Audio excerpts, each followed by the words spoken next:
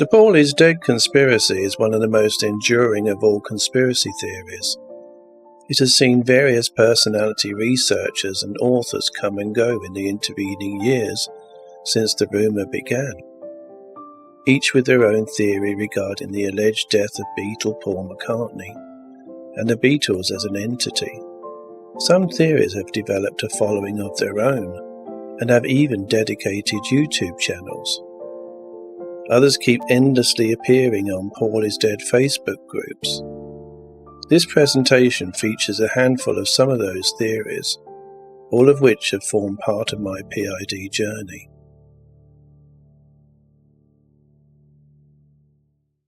But first, let's journey back in time to 2016, and 4 years before my PID journey began, back when even Mike Williams was just starting out. Probably the wildest theory at first glance is that the Beatles never existed. With such a claim, it's no wonder that Britain's mainstream press ridiculed the theory. Not that the SUN newspaper has never printed ridiculous stories of its own. The SUN picked up the story from the Daily Star, another British red-top tabloid newspaper, who reported that the Beatles Never Existed website is the home to the wacky theory, and it includes numerous images supposedly showing the proof. The Sun newspaper article latched onto the original printed by the Daily Star, and quoted Dorrie, the founder of the Beatles Never Existed website, and her saying, quote, "Even if 1 or 2 photos are doctored here or there, and someone had surgery, why don't they all match? They look different instead of identical," unquote. The Sun added, if all that isn't crazy enough, there's a further side to the theory. Dorrie claims there were actually 3 John Lennons.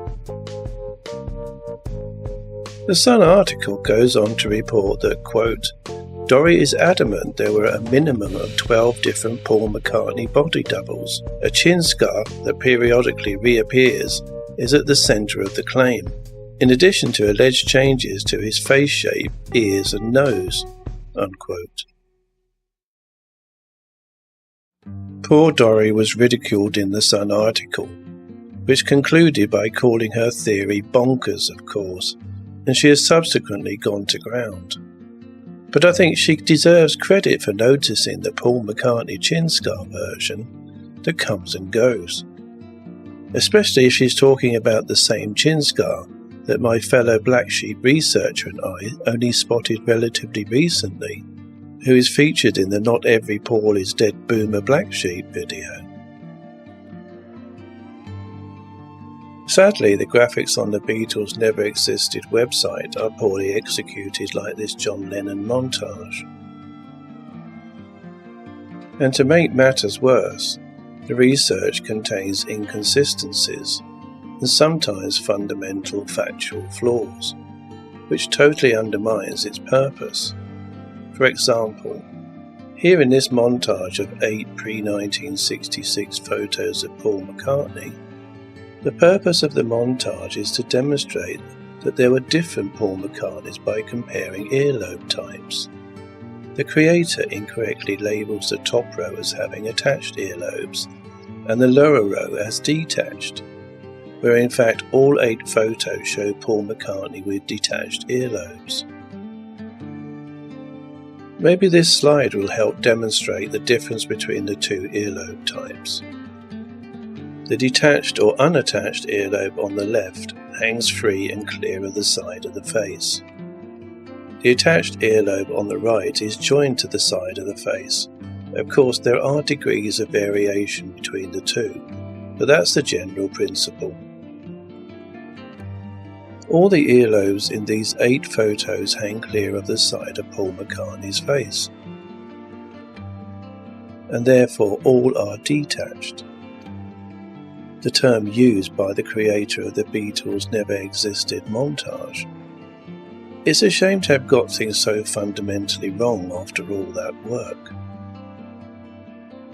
especially when the basic premise the Beatles never existed is actually correct. providing the caveat "as presented" is added. While we're on the topic of ears and earlobes, here's a selection of 6 to compare. The overall shapes, proportions and details don't all match.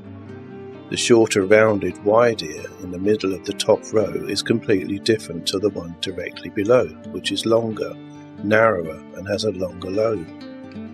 Take a minute and see if any 2 ears from the top and bottom rows match. I can't see any. So who do you think these different ears belong to? Let's have a look. Well, surprise, surprise. Or maybe not. They all belong to Paul McCartney, the one who allegedly died.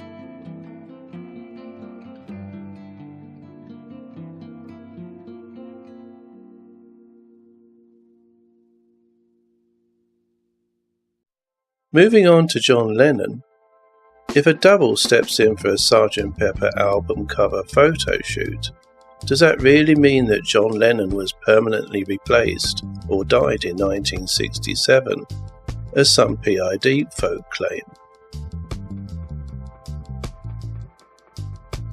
I have to admit John Lennon's nose is a bit of a mystery to me. Its growth and change in shape is beyond any changes due to the aging process. Well, I mean, he was only 40 when he died, not an old man of 80.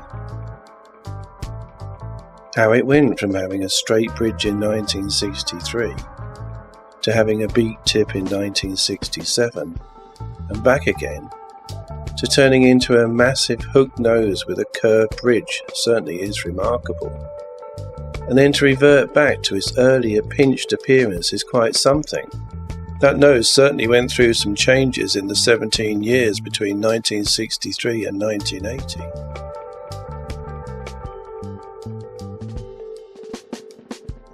Or is it just a matter of perspective, lighting and camera angle?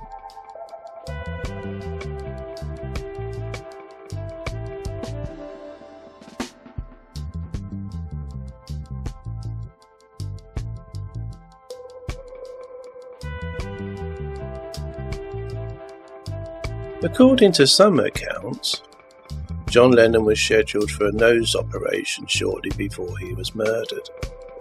He was supposed to have plastic surgery to repair a deviated septum, likely due to years of snorting cocaine. Maybe cocaine was the cause of the changes of appearance of John Lennon's nose after all, and nothing to do with doubles and being replaced in 1967. What do you think?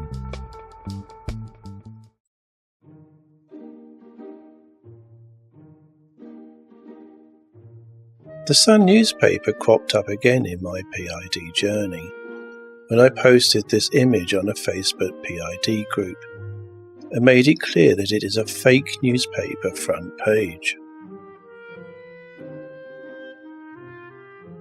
The image appeared again on another PID group when it was posted in response to a request for that group's administrator to provide newspaper evidence of Paul is dead prior to 1969. They circled the points for discussion in red and correctly identified the car as being the one that Tara Brown crashed and subsequently died in. By the way, Tara Brown didn't own the Lotus Elan, it was on loan from a London garage. The post received 27 likes and prompted 53 comments. There was discussion on the validity of the British newspaper's front page, which was considered to be significant as the SUN newspaper was deemed a reputable newspaper by the American Facebook PID group admin who posted the image. This alone highlights the cultural divide between American and English PIDers, and how the lack of knowledge of English culture and social history impacts on perspective and hence opinion. Most English people would laugh at the idea of the SUN being said to be a reputable newspaper. The Sun is the same newspaper who led with the front page headline, "Freddie Starr ate my hamster," in 1986. According to the Sun headline, Liverpool comedian Starr was claimed to have returned home from a performance at a Manchester nightclub in the early hours of the morning and demanded that the girlfriend of his friend whose house he was staying at made him a sandwich. When she refused, he went into the kitchen and put her pet hamster between two slices of bread and proceeded to eat it. Starr gave his own account of the story in his 2001 autobiography, Unwrapped, stating that the incident was a complete fabrication. Forget those false Beatle clues circled in red. They bear no further discussion. They are references to song lyrics from albums that were released after the print date shown on the front page. One look at the Wednesday, February the 18th, 1967 print date of the Paul is Dead newspaper tells me it is a fake. The Sun was first published in tabloid format on the 17th of November 1969 and didn't exist in 1967, something that is easy for any objective researcher to determine, and common knowledge for anyone who lived in England during the time the trashy Sun newspaper appeared. Typically, failure to exercise due diligence and meet academic standards of research are the norm when it comes to the Paul is Dead conspiracy, and especially on Facebook PID groups.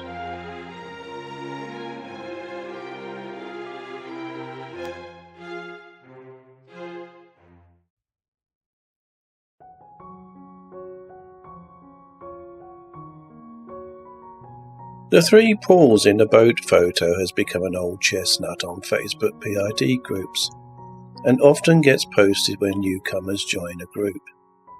Now that would be quite something, wouldn't it? Three pool players caught on camera together. Some believe it proved that Paul McCartney lived beyond 1968. Well, no, actually, it's not three Pauls in a boat. It's Armour Andon, artist manager, on the left, and Billy on the right. As Armour posted online, quote, "Yes, it's me at 20. I remember we chartered a Chinese junk boat to take John Lennon and Paul McCartney around the island of Manhattan," unquote. So who is the third person on the right, you might be wondering? Well, I've been told it's the Beatles press officer, Derek Taylor, which it most probably is.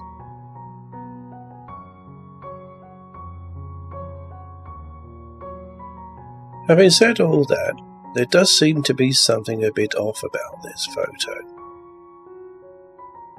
This person's head does not appear to be behind the mast, but rather cut off or covered up by the mast, giving the impression that the photo is a composite, and therefore a fake in some people's eyes. Were there three Paul McCartneys? Well, that's how it appears. But I don't think that they would be stupid enough to be caught on camera together. Here's two images of two different looking Paul McCartneys from the 1967 Billy era that are only 4 months apart. A screenshot from the Penny Lane promotional film and a photo from the Sgt. Pepper album launch. It looks like the McCartney on the right has lost a considerable amount of weight and acquired a narrower skull from somewhere. Real Paul was supposed to be already dead by 1967, his place taken by the one Billy.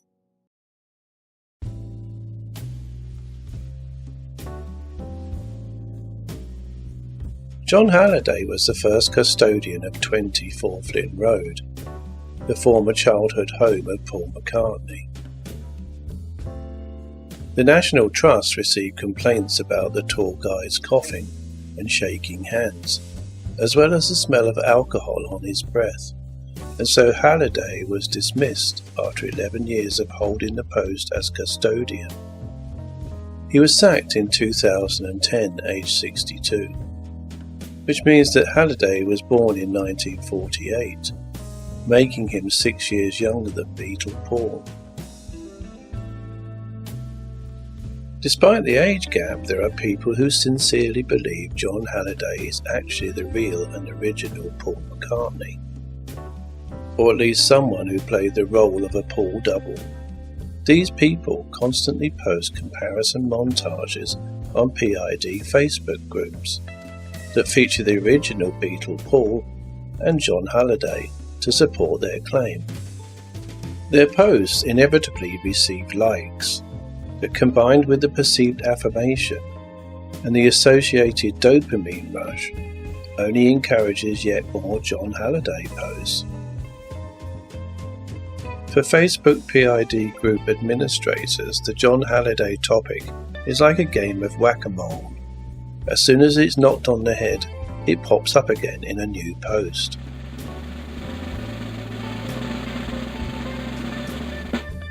Together with renewed claims that John Halliday is the real Paul McCartney, who turned his back on stardom and chose to return and live in his old childhood home, under a new identity, or some other fantastical variation on the theme.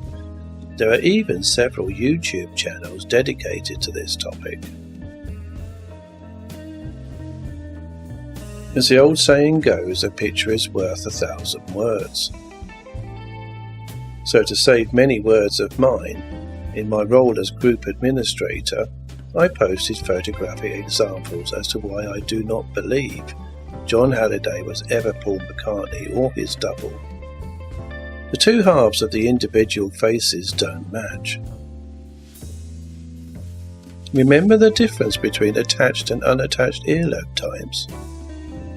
While multiple genes influence the attachment point, it's easy to spot the difference between a person with attached earlobes and another with unattached earlobes. Besides having a different shape, John Halliday's earlobes are attached, whereas all the pre-1966 Paul McCartneys had unattached earlobes. I flipped the John Halliday close-up around in the lower compilation, but it's rare that a person has one attached earlobe and another that is unattached. By the way, the memoirs of Billy Shears got it wrong. Billy's earlobes are not attached as claimed in the book. In fact, they are unattached, just like all the pre-1966 Paul McCartney earlobes. If you're like me, you might be thinking that this would be enough photographic evidence to debunk the John Halliday is Paul McCartney red herring. However, I'm afraid we'd both be wrong. Reason and logic seldom plays a part in what some elements of the Paul is dead cult believes.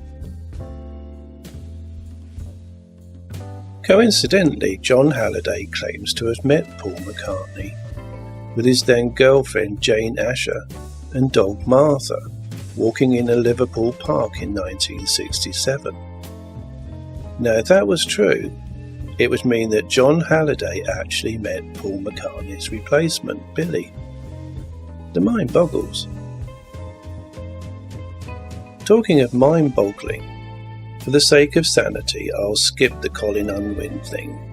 You know, the former custodian of John Lennon's childhood home is really John Lennon conspiracy theory. The theory that the famous Lennon and McCartney team were living incognito in their former childhood homes, using the names Colin Unwin and John Halliday, is, how did the Sun newspaper describe Dorrie and her Beatles Never Existed theory? Crazy and bonkers. But I have to say, whoever hired the two at the National Trust was pretty inspired. I've often wondered if they were having a laugh.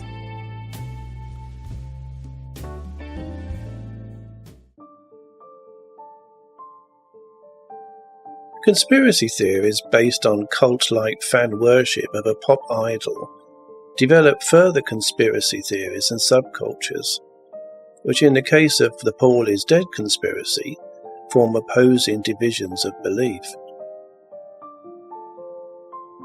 Yet the majority are unquestionably united in the belief that Paul is dead. The need to find out the truth about Beatle Paul's as yet unproven death, and the need to convince others, for whatever motivation, be it via a monetized YouTube channel or a dopamine-driven Facebook group, makes the Paul is dead conspiracy one of the most enduring of the modern conspiracy theories, complete with its doubles, red herrings, old chestnuts, and mistaken identities.